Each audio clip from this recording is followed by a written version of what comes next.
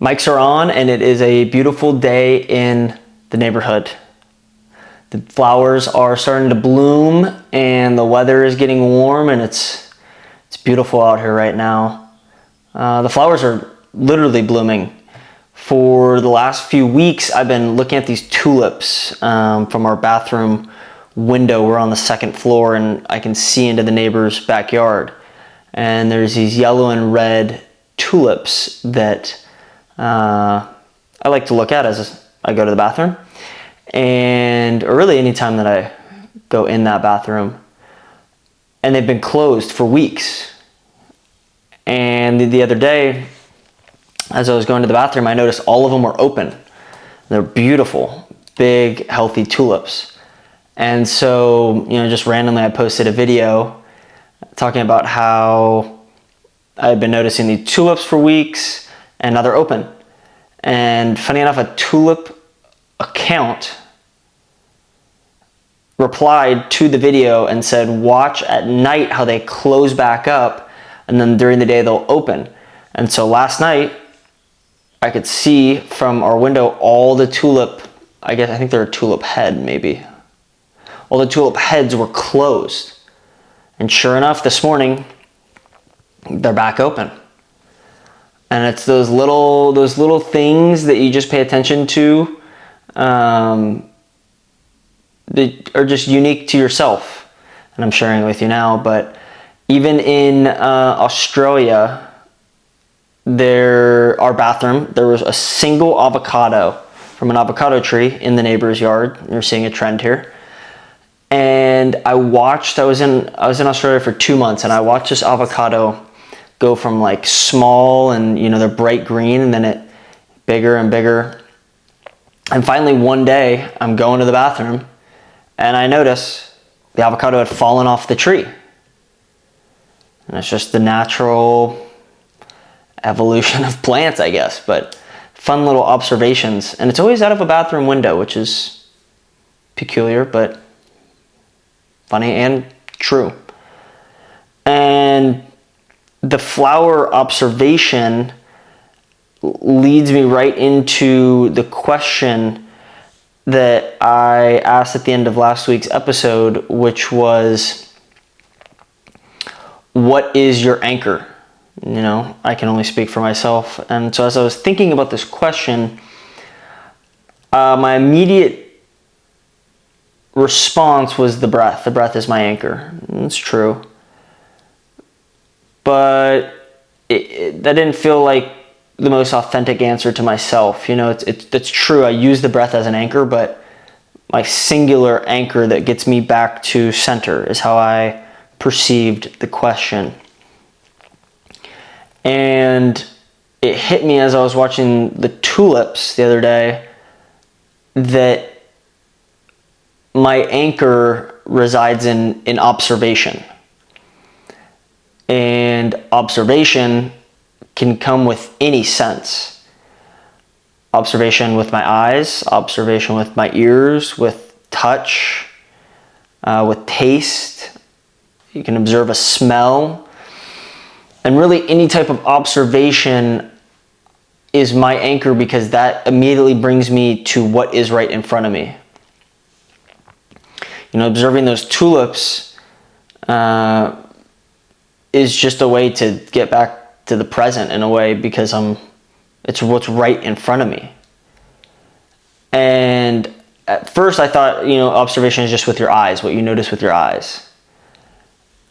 And as I started to think about it more and more, like I can observe the way something feels. This paper feels on my fingers, and I can observe the way it feels with writing underneath my fingers, and I can observe the way that the paper feels without writing underneath it.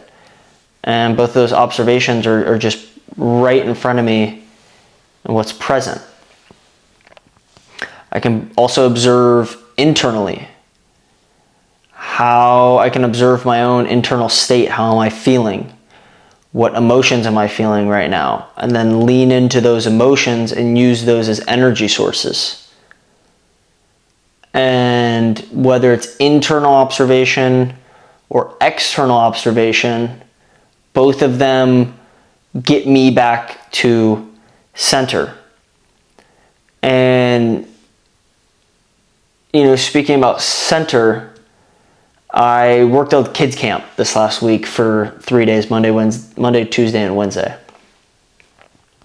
Normally my mornings are spent pretty quiet. I get up relatively early, and I like quiet mornings. Go outside, touch my feet to some grass, drink coffee, relax, write. It's just a quiet time, especially in this neighborhood. Go to the bathroom, look at the tulips. But it was different last week because I would go to the kids camp, and the kids camp ran from 9 to 4. So like a lot of stimulation. And then, we had practice afterwards a couple nights, and I noticed on Thursday after the camp was over, observing my internal state, I was just super jumpy, anxious. And normally I reside in a pretty even keel state, but, leaning into observation, I just observed myself without any emotional attachment to it, but I was just noticing like, oh man, I'm really anxious right now because of all the hyper stimulation I had for the last 3 days with a bunch of 9 and 10-year-olds. And I think that as we talk about the anchor, an anchor would be something for me that gets me back to center. We can navigate all around, right, left, and then eventually, can I get back to center? And do I know what tools work for me to get me back to center? And that tool, or those tools, are different for everybody. And so as I was processing the question, that's how I came back to observation. And it was very prevalent last week as I observed my internal state just being rather chaotic on that Thursday. And then also understanding that, okay, if I observe some of the things I'm present with, I understand how to get back to center, take time to meditate, to slow down, to kind of take my frequency from this erratic state into something that's a little smoother, slower, allow myself to just settle in. And it takes time. I have to be patient with myself, especially when I, at that moment, I'm pretty far off center. So, the path back to center is not always just immediate A to B. Like it's curving on your way back to center. You might veer off a little bit, and you end up, right back. But regardless, using observation as my anchor is always available. I'm always able to observe something. If my eyes are closed, I can observe the taste that's in my mouth and just acknowledge it. And that, spending that time observing gets me back to center, back to present. I can observe right now the sound of the church bells ringing. Actually, funny enough, the other day I woke up early with no alarm, and I purposely didn't check my phone for I don't know how long it was, maybe 2-3 hours. I spent the morning trying to figure out what time it was by the sound of the church bells, because I think they go off every 15 minutes, but when it's the hour, they'll ring, say it's 10 o'clock. I'll hear 10 distinct bells. Boom, boom, boom. You count up to 10, okay, it's 10 o'clock. And then after that, it'll be, say it's 10:30. All I'll hear is 2 lighter bells. They signify the quarter hours. So, 2 would be half. But if you miss the full hour mark, so say I miss the 10 bells, Well, 30 minutes later, all I hear are two lighter ones. I know it's half past the hour, but I don't know which hour it is. So I spent the morning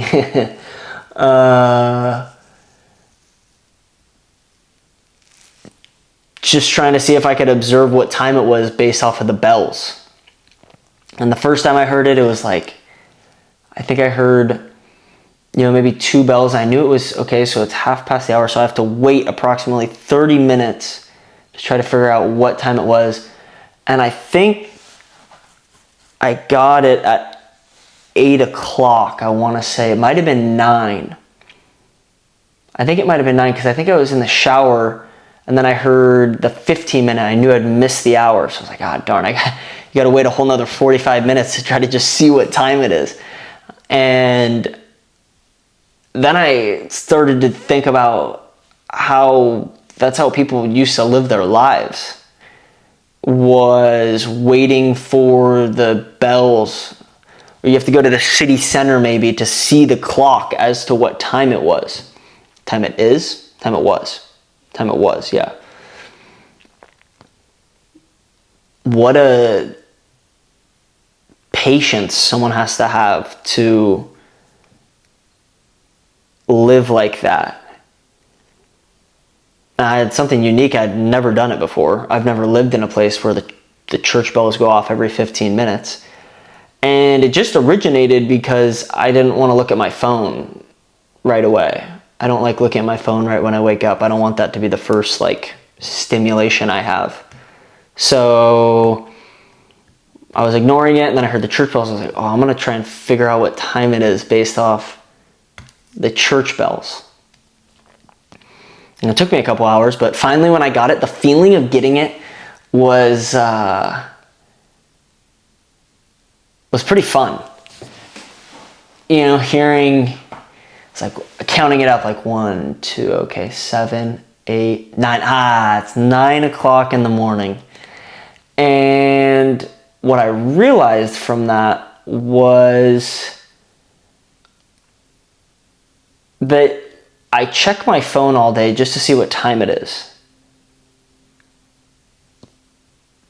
But very rarely does knowing what time it is make a difference in the day, right? I waited multiple hours to figure out that it was 9 o'clock in the morning, but nothing changed. I just knew it was 9 o'clock in the morning at that point. So I've been having a thought as far as if I could go maybe spend one day and just put my phone in a drawer and not worry about what time it is ever. If I find out what time it is through the church bells, or I see a clock on a microwave or whatever it may be, so be it. But to spend a whole day with zero interest in what time it is. And I very much, try to align myself with the vibration of nature. And nature moves at a very smooth, very rhythmic pace. And I feel like if I don't acknowledge what time it is or look at what time it is, maybe I'll align myself to that frequency. I don't know, maybe not. But I think it'll be a fun little experiment. I'll do it at some point. I got to pick a day where I don't have to do anything, which happens, you have those days. Everyone has those days. We just make up stuff to do to keep ourselves busy, but maybe that's another topic for another day. And coming back to the observation as an anchor, what I've observed since being here in Germany with this team, we have a really good team. We only play 2 games a week because the guys on the team that are German, even some of the other guys, have other jobs. They work 9 to 5s, whatever it may be. So, we have 2, sometimes 3 practices a night during the week. And we play 2 games on the weekends.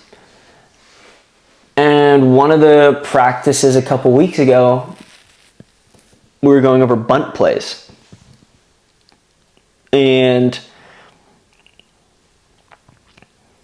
to see the level bunt plays, first and third plays, all the meticulous things that good baseball teams really take care of, but they're not necessarily fun things to do, running bunt plays, and they very much show up in a game. You know, when they're done well, you can see that that team has practiced it over and over and over. And, you know, bunts, first and thirds, those things come into play in very tight games when often they matter the most. And to see the level of care that these guys put into bunt plays and first and third plays and PFPs after working a 9 to 5 all day, just exemplifies that I have zero excuse as to not give my full attention and effort every day that I'm here, because I don't have a 9 to 5. I mean, I do some things creatively with the school app and putting together breathing programs and putting out different content pieces. I mean, recording this, but by no means am I going to be an electrician for 9 to 5 or working at a hotel or, you know, stocking shelves or whatever, you know, whatever it is that these guys do from a 9 to 5. And it just shows that, you know, they go to work 9 to 5 and they come and they have to do bunt defense. No complaining, and they give full attention and effort, and it just creates a different level of respect on my end, for one, and two, just like hold me to a higher standard that, you know, they flew me out here, they've given me an apartment, they've provided me with all these things, and it's my job to give my full attention and effort without any excuse, because these guys don't complain. They come and they work out and they practice, and you know, it just shows that baseball is such a gift and such a beautiful way to bring people together. And without observation, I don't have that level of gratitude towards where I'm at and what I'm doing and the people that I'm with and the opportunity that I have. I mean, we're going over first and third plays, and who knows what went on in this guy's job today, and he's got to be an outfielder that runs the bases during a first and third play and get caught in a pickle so that we can practice a rundown. And it's just crazy to go back and think about all the times that I've complained while I was in affiliated baseball about having to do a first and third play or a bunt defense or whatever, when that is literally everyone on the field. It's their full-time job to be good at those things, and we're out there as a unit collectively, you know, complaining about having to do it. And these guys see it as an opportunity. And so I think shifting with that level of appreciation has just made it all the more fun to be out here.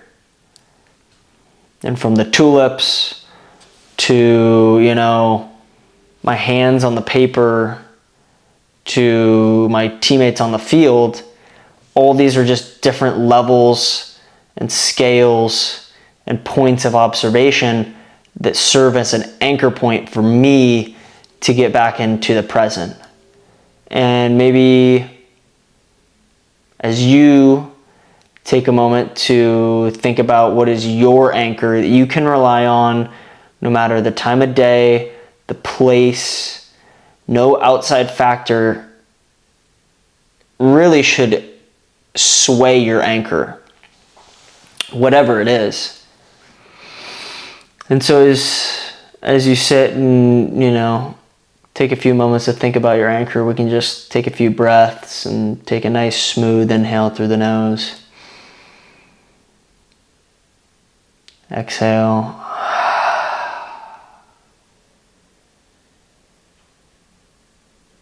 We'll go in through the nose. Exhale.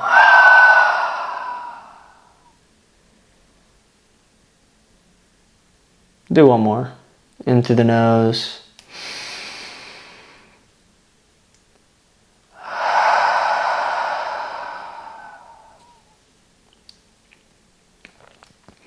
Maybe it came to you right away. Maybe you don't know what it is. Maybe it's just a thought provoker. Either way, it's in your sphere now. You know, it's been brought to your attention, and it'll find you when the moment's right. But I've never thought about it before this week, before I posed the question. Now I've come to realize that observation is my anchor. It's a beautiful thing, and it's available all day, every day, baby. Good stuff.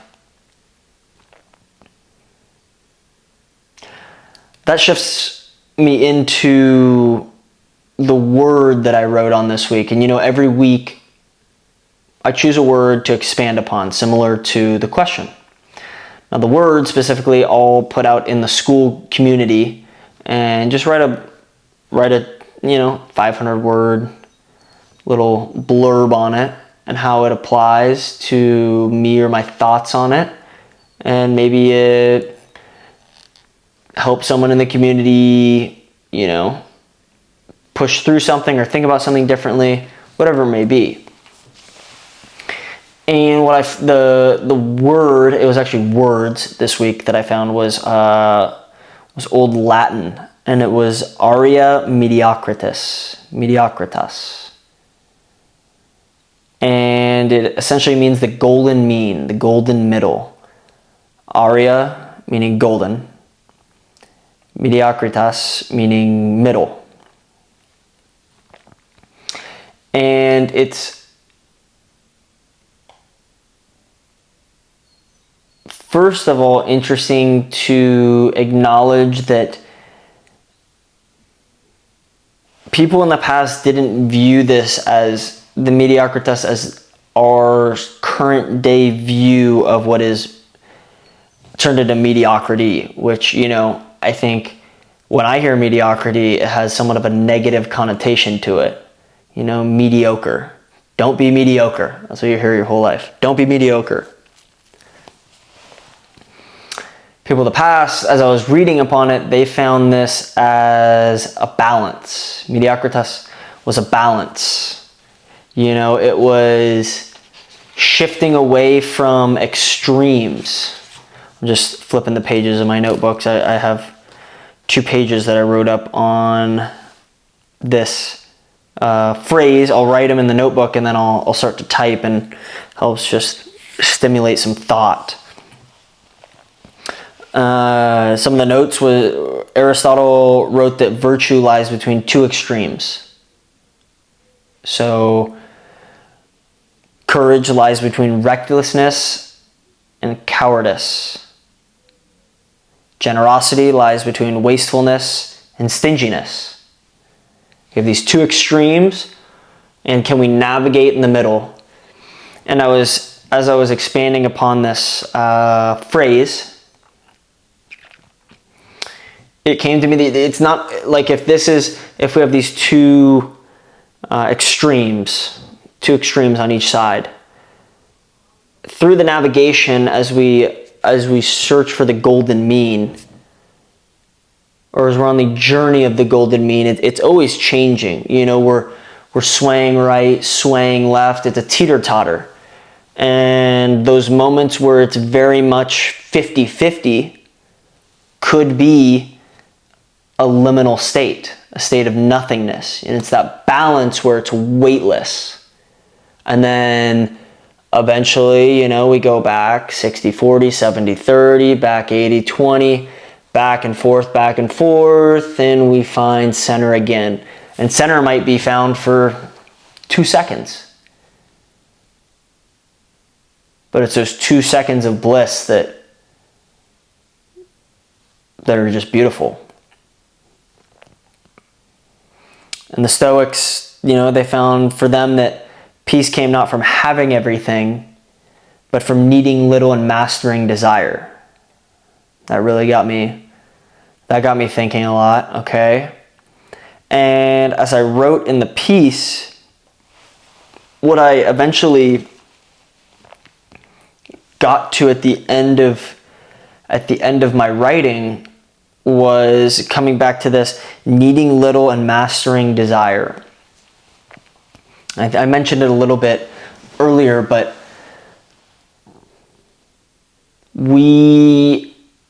I can't speak for anyone but myself. I find that at times in those moments of overstimulation, I give myself so many little minuscule tasks to complete. And as I was writing about it, it came down to, okay, if I reduce the quantity of choices necessary to make, I can increase the quality of the choices that I make. And I can have fewer choices of higher quality. And that comes down to simplicity. And within simplicity, I can maybe find the golden mean, aurea, mediocritas. I think it's such a beautiful phrasing. It's that balance. I think for me, a teeter-totter is the way that I like to think about it. Or, a canoe going down the river, and the canoe goes right and left and just kind of sways. And maybe eventually, as it gets closer to center, the variations between right and left become smaller and smaller, and eventually it rides that center for a few moments, and we have to push back off right and left, and it's just that gradual progression. And it's a byproduct of being in motion. In order to find that golden mean, there has to be some motion. We have to be moving I have to be moving forward in some way. Even if it's just, I would like it to be at the pace of nature in that slow rhythmic form, but at times, that's when I move out of balance. And then come back to center and find that center, that golden mean, the golden middle.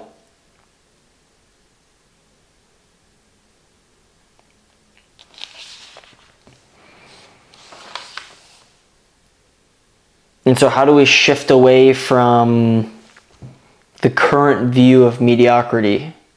Can I shift away from the current view of mediocrity? I think understanding aurea mediocritas and how it was understood, previously in Latin gives me a better understanding of the phrasing. I feel like mediocre isn't a word that I say all too often. Regardless, now when I hear mediocre, I think of mediocritas, and I think of the canoe going down the river, or the weightlessness of a teeter-totter when it's truly 50-50, finding that balance. In that balanced state, or as we navigate down the river of what I could, you could use the river as a metaphor for life, and the canoe being myself. And I'm navigating through the extremes, the edges of life, and just working to find that golden mean. And I would like to create, as I mentioned earlier, I like the phrase inner tempo. What is my inner tempo? And I would like to create an inner tempo that aligns with the pace of nature. Similar to the tulips, I can look for 20 days in a row and see that those bulbs are closed. And then one day, for no reason, they're open. I don't see them open, I just come back and see that they're open. And if that's the tempo of nature, just moves at its own pace. And I just continually try to decrease my quantity of choices, increase the quality of choices, And I feel like a byproduct of doing that, that expanding and simplifying is creating a more rhythmic, smooth inner tempo. Inner tempo is just I think it's just a fun phrase. Inner tempo, nice. And somewhat relating to inner tempo is the question that I lead into next week with. So the end of this week, we'll finish this episode of a thought experiment with the question, what kind of silence do you enjoy most? One more time. What kind of silence do you enjoy most?